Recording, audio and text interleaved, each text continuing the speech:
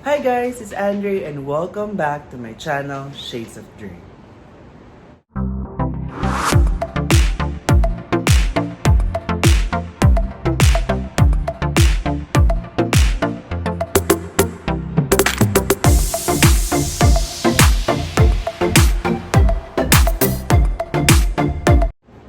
So for today's video guys, medyo malungkot kasi aalis na si King.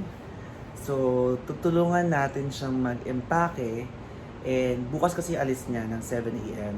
So babalik na siya ng Malaysia, doon na siya ulit mag-work. So nagbakasyon lang naman siya dito since nung December. So ayun, kaya tara, mag-empake na siya and tutulungan ko siya. Let's go! Dami niyang gamit, guys. Look, oh.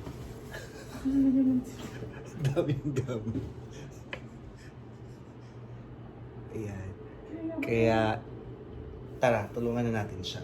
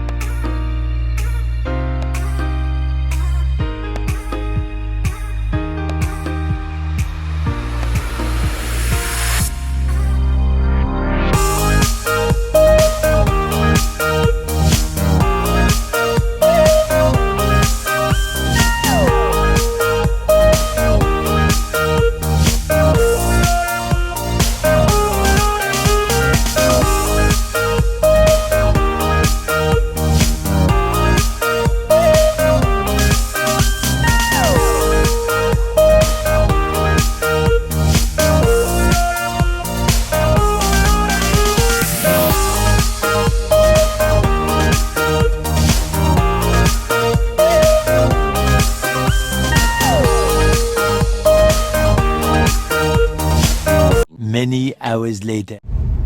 Good morning, guys! So, ayan. This is the day na aalis na si King. And iiwan na naman niya ako. So, nag-breakfast lang kami kanina na pagising. And then, ang binreakfast namin is naggawa ako ng corned beef. And then, nag-ano ako ng sardinas. And then, ano ba? Pandesal. And then, ginawa ko siya ng kape. Then ako, tea. Gusto niyo yan? Nagtiti lang ako. So, yung okay lang naman sa akin kasi wala na din namang kape. So, okay lang sa akin yung tea since favorite ko din naman yun. Yun yung strawberry and mango ng Twinings. Social, diba? So, ayan, papunta na kami sa airport and it's currently 4:30. Ang flight niya is 7... Ano oras ba? 7:15? 7:15. So, may time pa naman. And, tara, samahan nyo kami, guys.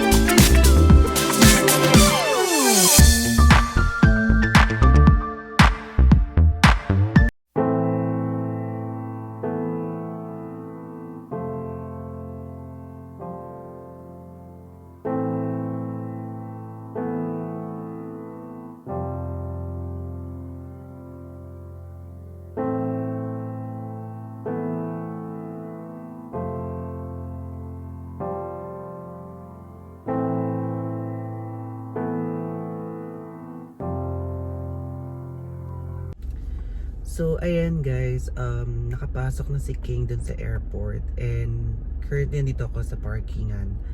Nag-iintay ako just in case na may kailangan siya or ganun. So, usually naman ganun ako, yung umpisa niya alis, ganun din, nag-stay muna ako sa parking and then inintay ko siyang mag-boarding na just to be sure na, alam mo yun, okay siyang aalis, yun. So, dito lang muna ako and then mag-iintay ako ng message niya na boarding na siya para makauwi na din ako. Yun lang. More moments later. So, kakatapos lang namin ni King na mag-video call. And currently, nandun siya sa Starbucks. Nagkakape ulit siya. Sabi ko nga baka hindi siya makatulog kasi nagkape na kami sa bahay and nagkakape na naman siya. So ayan, alam niyo, nakita niyo naman magana yung mata ko, guys. So alam niyo na nangyari, umiyak na. Mamimiss ko kasi siya, sobrang mamimiss ko si King. And yun, kailangan mag-work, kailangan para sa future namin, di ba? Kaya tiis-tiis lang, konting tiis lang. Sabi ko sa kanya din na mabilis lang naman din yun. Naka-1 taon na siya, so 1 taon na lang. Niloloko nga siya, 1 taon pa. Pero nagagad siya kasi nga gusto niya na daw umuwi and ayaw niya na daw doon. So yun, iniintay ko na lang na sabihin niya sa akin na boarding na siya para makauwi na din ako. Pero okay na naman siya, so pupunta na din yata siya sa gate. Inuubos na lang niya yung kape niya. Kaya intay-intay na lang tayo, guys.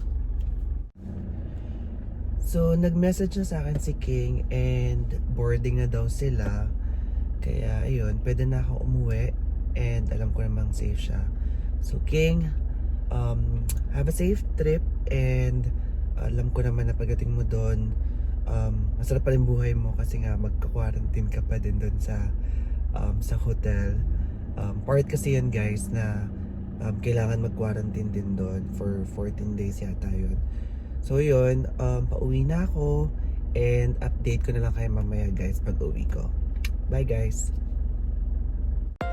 So ayan, nakauwi na ako kanina and then nung pag-uwi ko, naligo lang talaga ako and then nahiga lang ako sandali tapos hindi ko na talaga kaya, as in sobrang antok na talaga ako kasi nga 'di ba maaga kami gumising and then yun na nga, umiyak.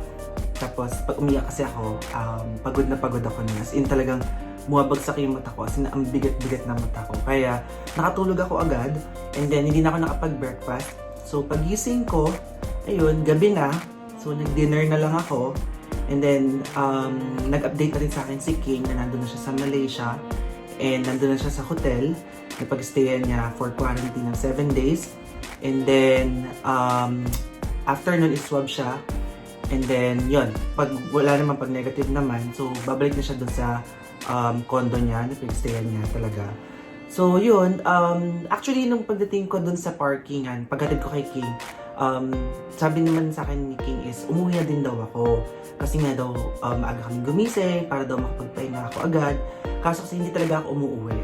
Nag-stay lang ako dun sa parking. Actually, nung una niyang alis din ng Malaysia, nag-stay lang din ako dun sa parking para intayin na makapag-board siya and then wala na siyang kailangan, walang aberya, para sure na aalis talaga siya ng safe, di ba? So yun, kasi kung mamaya kailangan siya, like for example, nung first niya alis, nagdala siya ng madaming alcohol, kasi yun yung bago mag-lockdown, so nagdala siya ng maraming alcohol, and then, nung chinek yung check-in baggage niya, masyado daw madami. And yun, buti na lang nandun pa ako kasi kung hindi katapon lang yung alcohol. So kinuha ko yung alcohol. So yung mga ganong instances, kaya gusto ko nag-stay pa din ako until makapag-board talaga siya. Kasi nga, baka mamaya meron siyang kailangan. So yun, hindi na siya nakalabas ng airport kasi nga, sunod-sunod na, sobrang sunod-sunod na yung ano niya doon. After niyang nag-check-in, doon lang siya sa Starbucks niya and then nag-call lang kami, nag-video call lang kami. And then after noon, napunta na siya sa gate and then intay ko siyang sabihin niya sa akin na boarding na siya, nandun na siya sa plane para makauwi na ako agad. So yun, medyo malungkot kasi wala na naman si King and sinasabi na lang namin sa bawat isa na para sa future. Actually, yun yung hashtag namin dalawa. Para sa future. Yun yung lagi namin sinasabi. Para at least alam niyo yun, hindi kami ganun kalungkot. Kasi kung iisipin namin, syempre malulungkot talaga, diba? Pero iniisip lang namin na para sa future namin. Kaya tinitiis-tiis namin, ganyan na magkalayo. Yun, sana makabalik din siya kaagad, makapagbakasyon siya. Though, yun nga lang, medyo mahirap sa situation ngayon. And I'm not sure din kung makapunta din ako dun sa Malaysia kasi nga sa situation. Pero sana, if ever, makapunta ako or makapagbakasyon kami somewhere. So yun, sana guys, samahan nyo pa din ako sa pag-video natin, sa vlog natin. Kahit ako lang muna mag-isa, diba? Mamimiss ko yun siya kasi lagi ko siya kasama mag-video. So, yun. Well, susunod na lang na video. Kasi matutulog na din ako and kailangan ko din ng tulog. Actually, konti pa lang din naman yung tulog ko nun. Kasi hindi pa ako nakatulog ng sobra talaga. So, yun guys. Yun nga, sa lagi kong sinasabi sa inyo na always smile because the whole world smiles back at you. So guys, until our next Shades of Grey. Bye!